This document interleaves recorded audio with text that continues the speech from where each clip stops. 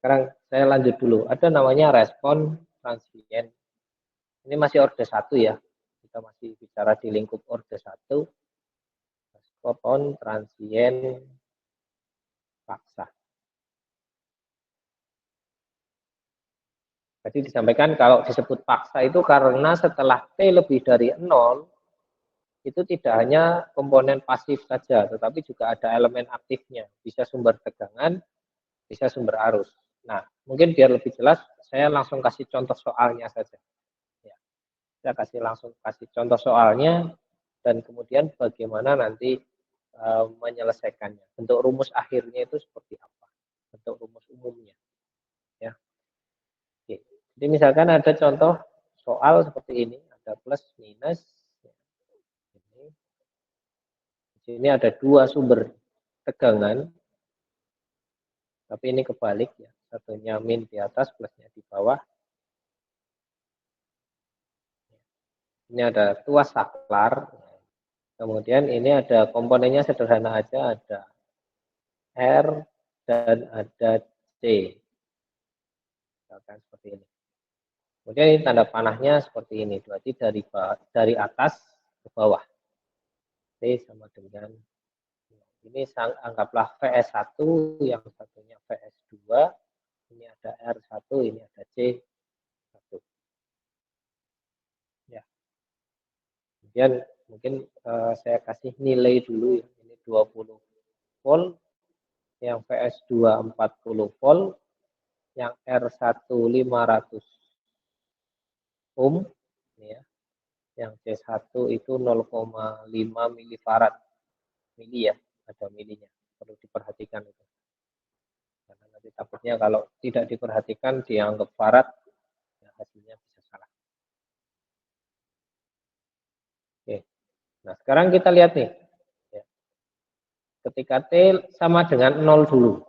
Ya, sama tadi ada ABC, saklar. Berarti ketika T sama dengan 0, saklarnya menghubungkan apa nih? AB, BC, atau AC?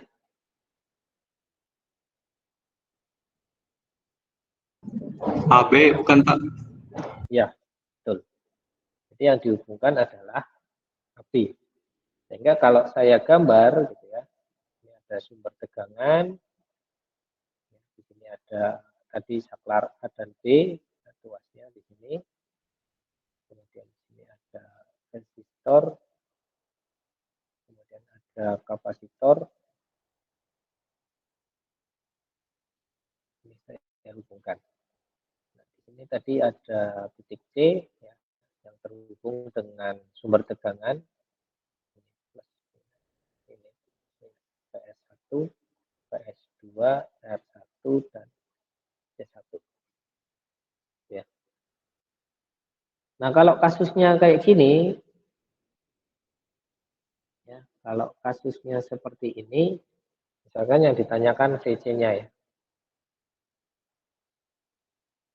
Ini V. VC-nya berapa gitu ya, atau respon transiennya berapa. Sama seperti di respon transien alami, berarti kita perlakukan C1 ini karena di sini sumbernya DC, berarti kita perlakukan C1 ini open. Open circuit. Ini enggak terhubung, artinya ini enggak berfungsi ini sebenarnya ya. Takutnya itu mengganggu. Sehingga kalau saya gambarkan bentuk rangkaian utuhnya, gitu ya, ini ada resistor, di sini ada namanya PC tadi. Di sini kapasitor, tetapi karena kapasitor di sini kita open. Ya. Ini kita open. Sehingga nilai V-nya ketika V0 ini kita nggak usah nyari. Sudah pasti nilainya adalah sama dengan nilai tegangan di sini. Sama dengan VS. Sama dengan nilai tegangannya adalah PS1 itu tadi 20 ohm. Ya. 20 ohm. 20 ohm. 20 volt. Ya, karena ini V ya, sampai salah satuan ya. Jadi ini 20 volt. Jadi ini ketika diukur, nilainya akan sama dengan nilai PS. Gitu. Ya. Nah, kemudian selanjutnya kita mencari nilai T lebih dari 0. Agak krusial itu di sini. T lebih dari 0. Berarti sekarang saklarnya yang dihubungkan itu adalah AB, BC, atau CA. Ketika T lebih dari 0. Barangkali ada yang bisa menjawab, membantu menjawab. BC. Oke ya. Sehingga nanti bentuknya seperti ini. Ini terputus. Sekarang saklarnya pindah ke power supply satunya. Gampangannya kan gitu. Ini ada resistor, kemudian di sini ada kapacitor. Ini minus plus, R1, C1 dan PS2. Otomatis PS1 menjadi tidak terpakai ya. Ini tidak terpakai. Kenapa? Karena dia menjadi di sini adalah open. Sehingga tidak terhubung kemana-mana. Ya, tidak terpakai. Kebalikannya tadi, di T sama dengan 0. Kalau T sama dengan 0, PS2-nya yang nggak kepakai. Artinya apa? Kalau saya sederhanakan, kan berarti rangkaiannya sekarang menjadi gini. Min plus. Kemudian di sini ada resistor. Kemudian di sini ada kapasitor. Ini ketika T sama dengan ketika T lebih dari 0. Nah, tadi disampaikan respon paksa itu ketika T lebih dari 0 itu ada elemen aktifnya. Ya maksudnya ini ya. Jadi ketika T lebih dari 0 kalau ternyata masih ada sumber tegangan, ini kasusnya adalah VS2, maka kita mengkategorikan itu sebagai respon paksa. Tapi kalau cuma R dan C saja, nggak ada VS atau nggak ada IS, itu berarti respon alami, ya. Untuk membedakannya di situ. R1 kemudian C1. Nah, kemudian bagaimana nih menyelesaikannya kan gitu ya? Pertanyaannya kan. Padahal yang kita cari adalah nilai VC-nya ini. Ini VC-nya berapa nih? VCT-nya berapa nih? Kita bisa menggunakan KVL. Paling gampang kan KVL. Sigma P itu sama dengan 0. Artinya jumlah elemen aktif, ya, jumlah besarnya elemen aktif akan habis terpakai oleh komponen pasif. Sehingga T baterai, PS, ya, kemudian dikurangi, kalau idealnya kan gitu ya, dikurangi VR1 ditambah VC1. Ya, ini VC-nya harusnya VCT ya. VCT sama dengan 0. Nah, tetapi yang perlu diperhatikan di sini adalah ternyata sumber tegangannya kebalik. Sehingga mungkin saya bisa menambahkan min PS min VR1 plus VC1. Atau kalau saya jabarkan lagi min PS2 ya. PS2 min VR1 min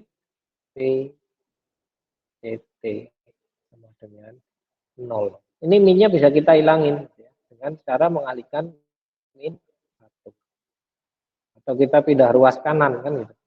Pindah ruas kanan kan jadinya PS2 ditambah PR1 ditambah VCT sama dengan 0.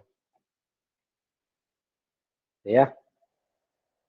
Mungkin yang perlu diperhatikan ini min untuk VS ya.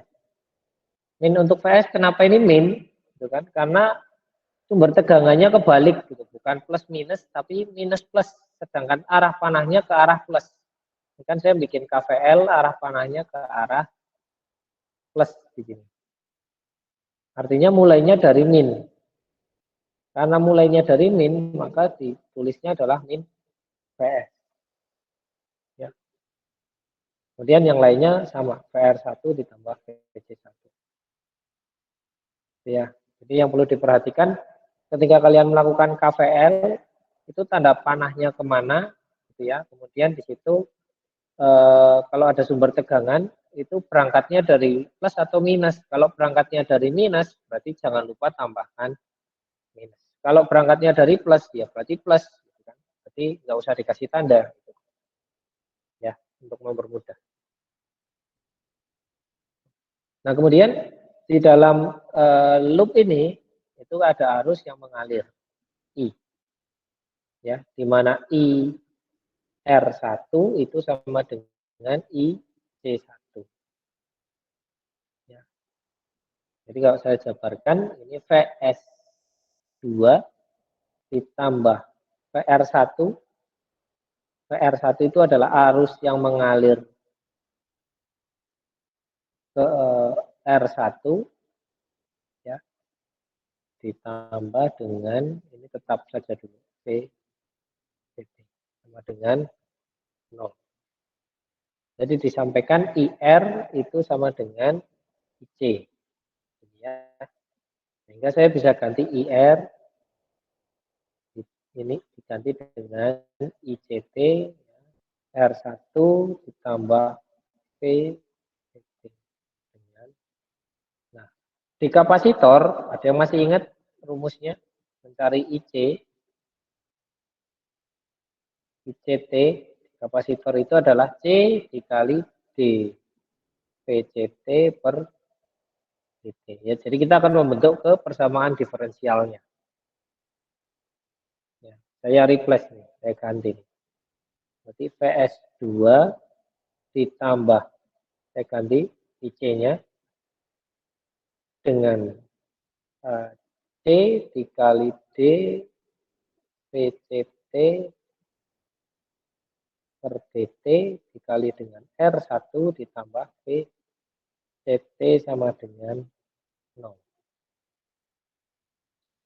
Ini saya rapikan lagi ya, saya susun ulang. Saya susun ulang, yang integral ini saya taruh bagian depan. Ini ada koefisien, berarti di sini ada R1 dikali C1 dikali D VC DT.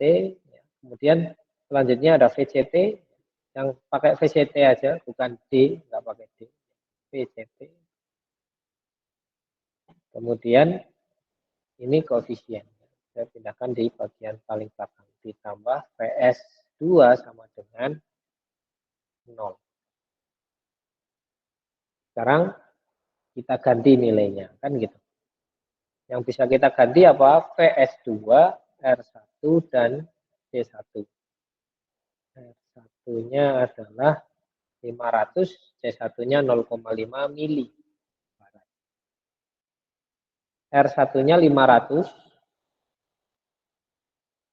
ohm dikali dengan C-nya adalah 0,5 mili. Mili berarti kalau ke farad itu 10 pangkat min 3 farad ya. Jangan lupa dirubah ke farad.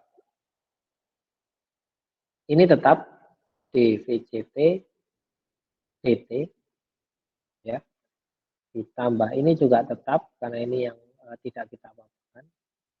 PS-nya bisa kita ganti dengan nilainya. Nilainya berapa? Nilainya di atas adalah 40. Ya. Ditambah 4.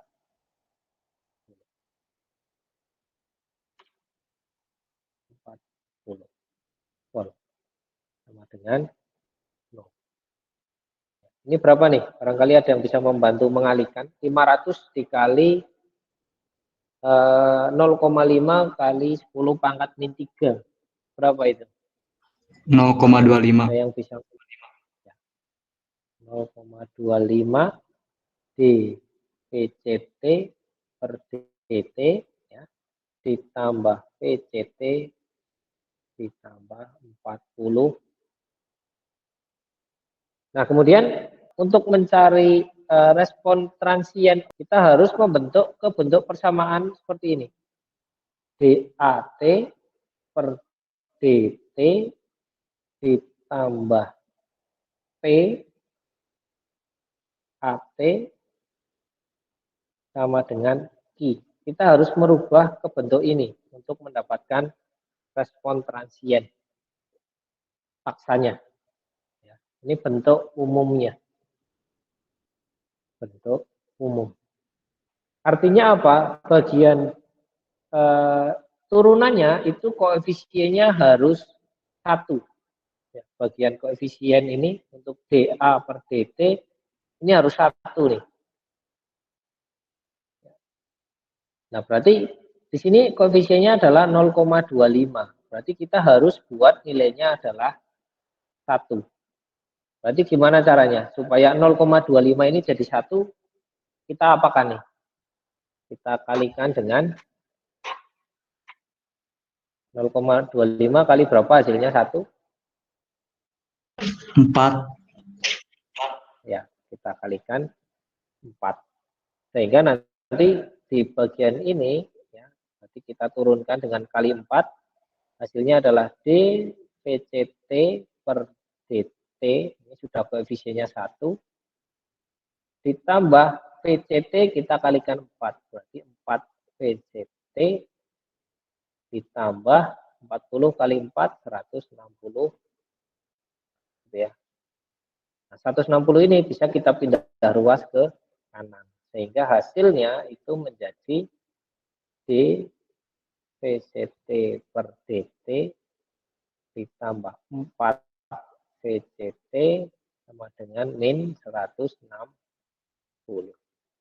Dari sini kita bisa membandingkan dengan bentuk umumnya, artinya berarti P-nya itu sama dengan, P-nya berapa? Di sini, ini P. P itu adalah di komponen AT, di sini AT-nya adalah VCT, berarti P-nya adalah 4, Q-nya adalah min 160. Ya. Jadi kalau di